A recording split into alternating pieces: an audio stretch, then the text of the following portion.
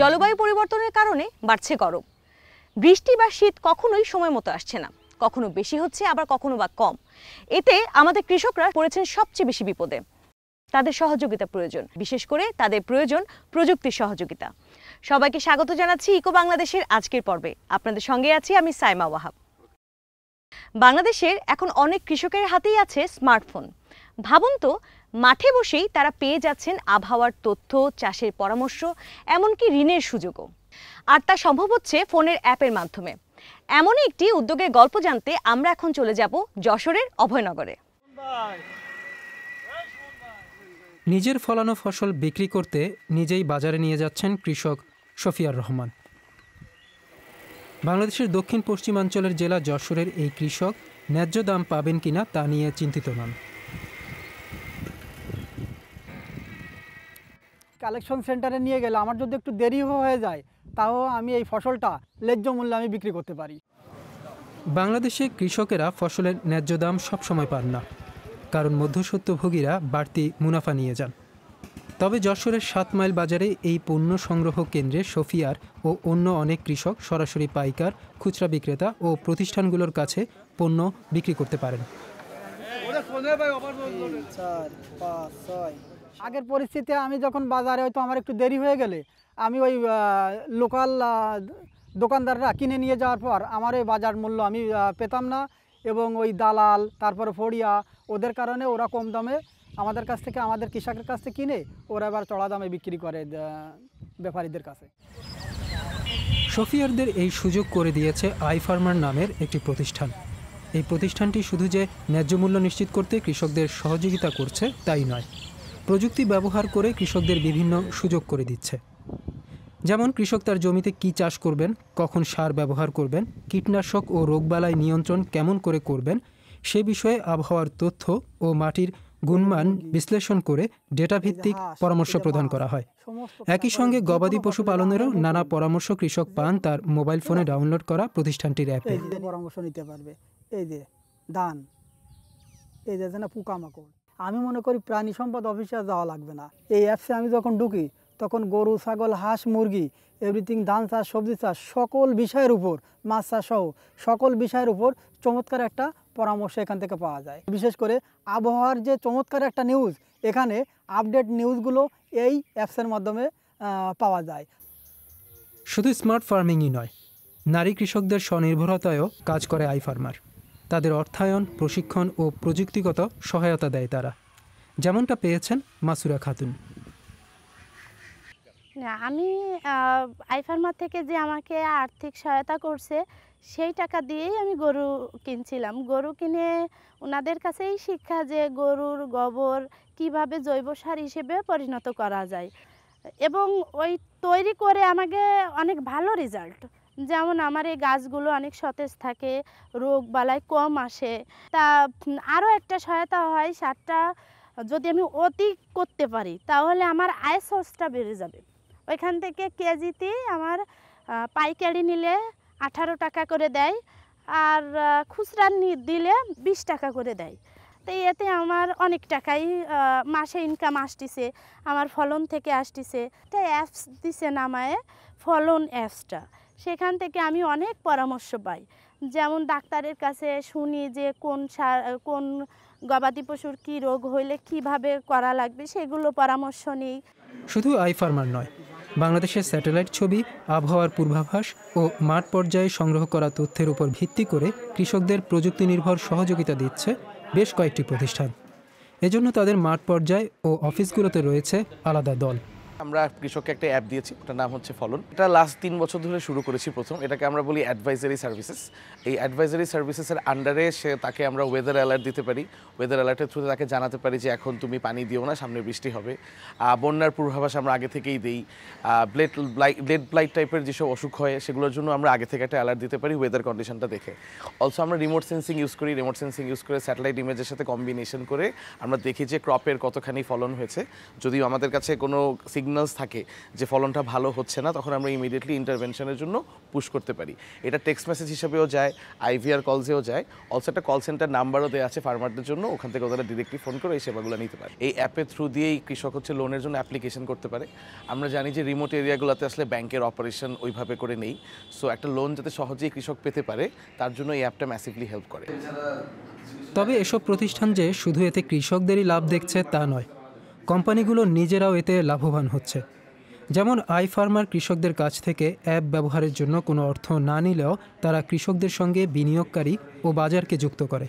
তারা ফসল বা পশু বিক্রির পর লাভের একটি অংশ কমিশন হিসেবে রাখে এবং বিনিয়োগ ব্যবস্থাপনার জন্য সার্ভিস ফি আদায় করে। এছাড়া তারা সরবরাহ চেইনে মার্জিন ও কর্পোরেট পার্টনারশিপ থেকেও মুনাফা করে। প্রথমে আমরা শুধু ফাইন্যান্সিং প্রবলেমটাকেই সলভ করতে চেয়েছিলাম। তো ফাইন্যান্সিং প্রবলেমটাকে সলভ করতে গিয়ে আমরা দেখলাম যে শুধু ফাইন্যান্সিংয়ের সাথে আরও অনেক কিছু কানেক্টেড। তাহলে ওনার ফাইন্যান্সিংয়ের পর ওনার ফলনটা যাতে ভালো হয়, না হলে কিন্তু দাম পাওয়া যাবে না। এখন ওটা আবার এনশোর করতে হলে দেখা যাবে যে মাঝের যেই প্রসেসটা, ওই প্রসেসে সার বীজ কীটনাশক দেওয়া, টেক কেয়ার করা, এইগুলোরও নতুন টেকনোলজি এবং বেস্ট প্র্যাকটিসেসগুলো সম্পর্কে জানাতে হবে। সো এখন আসলে আমাদেরকে চিন্তা করতে পারেন একটা 360 solutions provider for the farmers. So এই জন্য আমরা ওদেরকে iFarmer সেন্টার্স বলি। ইটস লাইক আপনার এলাকার মধ্যে আপনি নিয়ারেস্ট পজিশনে একটা পাওয়ার কথা, ওখানে গেলে আপনি সব রকমের সেবা পাবেন। তো প্রতিটা সার্ভিসই যখন আমাদের থেকে কৃষক নিচ্ছে, ওখানে আমাদের কিছু না কিছু একটা মার্জিন থাকে আসলে। সো এভাবেই বিজনেসটাকে গ্রো করানো যাচ্ছে আর কি। এর অর্থ সাফিয়ার বা মাসুরার মতো কৃষকের উন্নতির উপরই নির্ভর করছে এই কোম্পানির মুনাফাও। তাই প্রযুক্তি ও অন্যান্য সেবা নিয়ে কৃষকের কাছে পৌঁছানোর চেষ্টা করছে তারা। iFarmer বলছে বাংলাদেশে প্রায় 3.25 কোটি কৃষকের মধ্যে 2,30,000 কৃষক যুক্ত আছেন তাদের সঙ্গে। হাতের নাগালে এমন সুবিধা থাকা সত্ত্বেও অনেক কৃষকই তা ব্যবহার করতে পারছেন না, কারণ তারা পড়তে জানেন না। আফ্রিকার বুরুন্ডির একদল শিক্ষার্থী এরও উপায় বের করে ফেলেছেন। ফলে যে কৃষকেরা পড়তে পারেন না তারাও অ্যাপটি ব্যবহার করে ফসলের উৎপাদন বাড়াতে পারছেন। বুরুন্ডির এনগোজি বিশ্ববিদ্যালয়ের শিক্ষার্থীরা দেশের কৃষকদের সহায়তা করতে চান। বছর 2 আগে এলি বুবুয়া এবং ডিউডোনে আবা নাবিমানা সহ তাদের একটি দল এমন একটি অ্যাপের ধারণা নিয়ে আসেন যা ক্ষুদ্র চাষিদের ফসল রক্ষা করতে সহায়তা করে। ফসল উৎপাদন ক্ষতিগ্রস্ত হচ্ছে। অ্যাপের কারণে উদ্ভিদের রোগ তাড়াতাড়ি শনাক্ত করা সম্ভব হবে।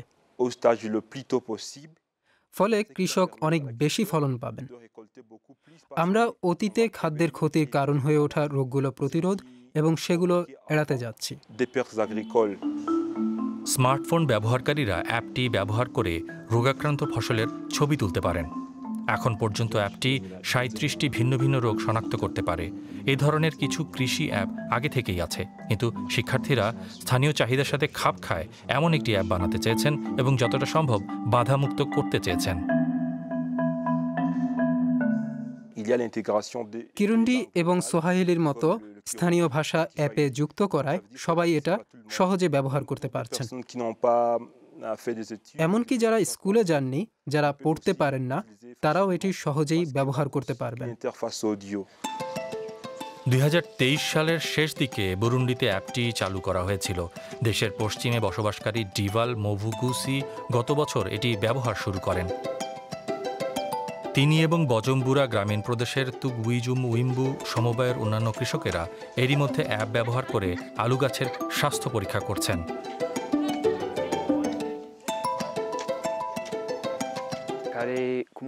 গত বছর আমি আলু চাষ করেছিলাম, সেগুলোর স্বাস্থ্য ভালো ছিল, কিন্তু তা সত্ত্বেও আমি এই জমিতে মাত্র 1 টন আলু চাষ করতে পেরেছি। এই অ্যাপ ব্যবহার শুরু করার পর আমি একই পরিমাণ বীজ দিয়ে 2 থেকে 3 টনেরও বেশি আলু পেয়েছি। এখন পর্যন্ত প্রায় 500 মানুষ অ্যাপটি ব্যবহার করছেন। শিক্ষার্থীরা নিয়মিত প্রত্যন্ত গ্রাম পরিদর্শনে গিয়ে কৃষকদের তাদের অ্যাপের কথা জানান এবং তাদের পরামর্শ বা উদ্বেগ শোনার চেষ্টা করেন। মাঝে মধ্যে অ্যাপে প্রযুক্তিগত সমস্যা দেখা দেয়।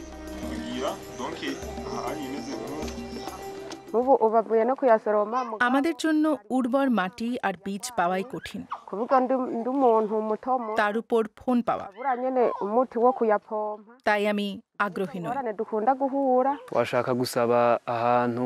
শিক্ষার্থীরা যদি সমাধান খুঁজে বের করতে পারে এবং এমন একটি ফাংশন যোগ করতে পারে যা আমাদের অফলাইনে অ্যাপটি ব্যবহারের সুযোগ করে দেবে, তাহলে সত্যিই ভালো হবে।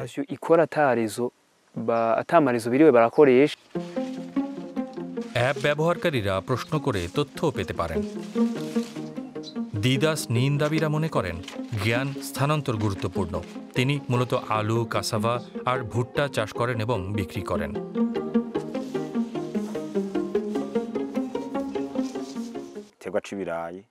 আলুতে আমরা ক্ষয় রোগ এবং জলবায়ু পরিবর্তনের কারণে সৃষ্ট অন্যান্য রোগ দেখতে পাই। কার্যকর উপাদান দিয়ে ফসলের চিকিৎসা করার পর্যাপ্ত জ্ঞান কৃষকদের থাকতে হবে, তাহলেই উৎপাদন বাড়বে।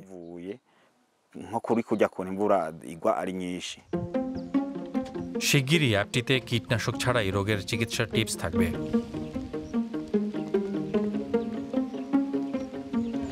অ্যাপটি বিশ্ববিদ্যালয়েও ব্যবহার করা হচ্ছে।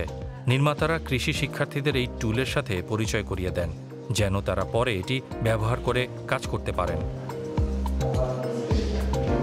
স্টার্টআপটি এখনও কোনো অর্থ সহায়তা পায়নি। পরের ধাপে যেতে হলে তাদের স্পন্সর প্রয়োজন হবে। আমরা প্রথম যে সমাধানটি বিবেচনা করছি তা হল ড্রোন এবং ড্রোন ম্যাপিং ব্যবহার করে রোগের উপস্থিতি এবং অবস্থান শনাক্ত করা। এতে আমাদের অনেক সময়ও বাঁচবে। অ্যাপ ডেভেলপারদের স্বপ্ন অনেক বড়। তাদের অ্যাপ ইতিমধ্যে কৃষকদের ফসল উৎপাদনের সময় ক্ষতি কমাতে এবং খাদ্য নিরাপত্তা বৃদ্ধিতে সাহায্য করছে। আচ্ছা, কৃষকের সব ফসল কি ক্রেতার ঘরে যায়? না, তার একটা বড় অংশ কিন্তু নষ্ট হয়। এই ফসল যেন নষ্ট না হয় তারই একটা উদ্যোগ নেওয়া হয়েছে আর্জেন্টিনায়। সেখানে ফসল অপচয় রোধ করা সহ অনেক লোকের কাজও জুটেছে। বুয়েনোস আইরেসের এই কেন্দ্রীয় মার্কেটটি দক্ষিণ আমেরিকার মধ্যে অন্যতম বড়। আর্জেন্টিনার সতেজ খাবারের প্রায় 1/3 এখানে জড়ো করা হয়। এখান থেকেই সেগুলো সারা দেশের স্টোর ও রেস্তোরাঁগুলোতে যায়। কিন্তু এইসব খাবারের একটি বড় অংশই ফেলে দেয়া হয়। এমনকি খাবার উপযোগী হলেও সেগুলো বিক্রির অযোগ্য হিসেবে ধরে নেওয়া হয়। এদিকে অর্থনৈতিক অস্থিরতা, মূল্যস্ফীতি এবং বেকারত্বের কারণে অনেক মানুষ ফেলে দেয়া খাবার সংগ্রহ করতে বাধ্য হচ্ছেন। থমাসা চাভেজ তাদেরই একজন। একসময় প্রয়োজনের তাগিদে যা করতেন, এখন সেটিই তার চাকরি। আমি 35 বছর ধরে খাবার খুঁজেছি। আমি বেকার ছিলাম। এরপর এই চাকরি খুঁজে পাই এবং তা ধরে রাখার চেষ্টা করি। আমি সব সময় ভোরে চলে আসি। প্রতিদিন আবর্জনা থেকে খাওয়ার উপযোগী ফল, সবজি সংগ্রহ করেন তিনি। যদিও কোনো কিছু ফেলে দিতে তার খারাপ লাগে। কোনো কিছুই ফেলতে আমার ভালো লাগে না, কারণ অনেক মানুষ খাবার পায় না। কোভিড-19 মহামারীর সময় মার্কেটের একদল কর্মী এই উদ্যোগটি চালু করেন। ফেলে দেওয়া খাবারের পরিমাণ আর সামাজিক প্রয়োজনের কথা মাথায় রেখে তারা উৎসাহী হন।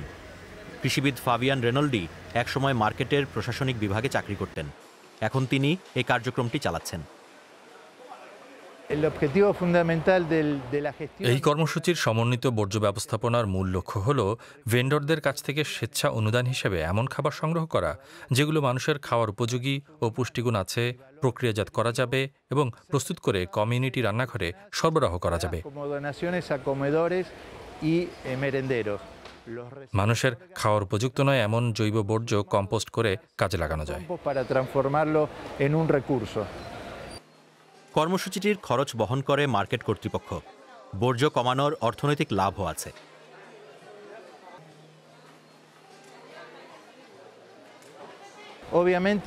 অবশ্যই লজিস্টিক্সের খরচ কমে যায়, যা মার্কেটকে বহন করতে হয়।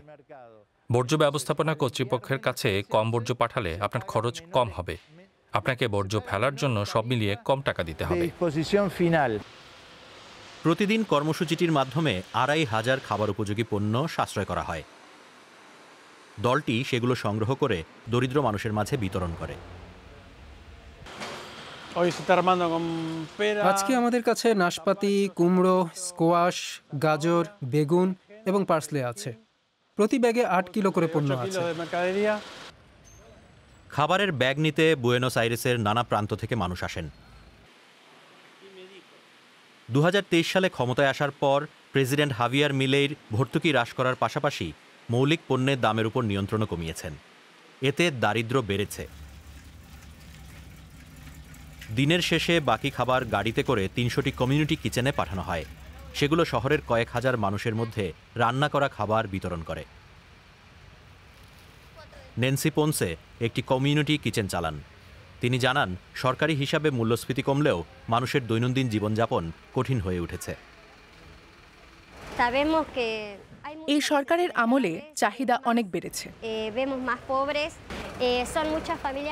অনেক পরিবার খাবারের জন্য নিবন্ধন করছে। আমরা মূল্যস্ফীতি কমতে দেখছি না। আমরা দেখছি কর্মসংস্থান কমছে, জিনিসপত্রের দাম বাড়ছে। তবে এই কর্মসূচি খাদ্যপণ্যের সবটা সাশ্রয় করতে পারে না। যত খাবার আসে তার ৪৫% মানুষের খাওয়ার উপযোগী। বাকিটা জৈব বর্জ্য হিসেবে সারে পরিণত করা হয়। খাবারের উৎপাদন বাড়াতে সহায়তা করা এইসব সার পরে বিক্রিও করা যেতে পারে। এখানে সেন্ট্রাল মার্কেটে বর্জ্য প্রক্রিয়াজাত করার মাধ্যমে আমরা ভাগাড়ে যাওয়া আবর্জনার পরিমাণ কমিয়ে আনছি। এর মাধ্যমে আমরা আমাদের কার্বন ফুটপ্রিন্ট কমাচ্ছি, গ্রিন হাউস গ্যাসের প্রভাব কমাচ্ছি এবং অবশ্য কিছুটা হলেও পরিবেশের যত্ন নিচ্ছি।